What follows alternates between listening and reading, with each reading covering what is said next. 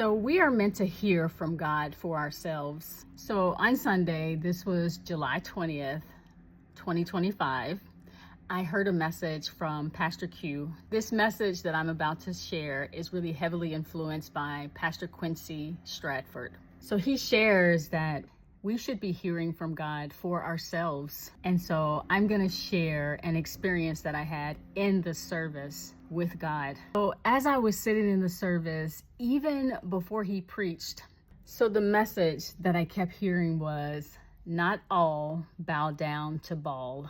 So let me explain where that comes from. So in 1 Kings, started in chapter 16, traveling through 2 Kings in the Bible, we meet Elijah, Jezebel, and Ahab.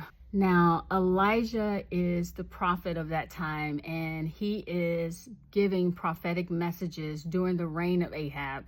Now, Jezebel, I have no idea why we call Jezebel a loose woman. Like, Jezebel is married.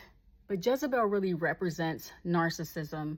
Jezebel represents evil, harm, manipulation, and control. But in the Bible, Jezebel is the wife. And so Jezebel doesn't have any power unless Ahab is her power source. So my truth and my story is I was married to Jezebel, and Jezebel really represents the malignant narcissist, the person that is most destructive because they have a lot in common with psychopathy. They are psychopaths in that they lack any empathy and real compassion. And my Jezebel has money. And so Jezebel can reach into environments via Ahab. So Ahab, for me, has represented church leaders that have taken money from Jezebel, and also managers that have taken money from Jezebel.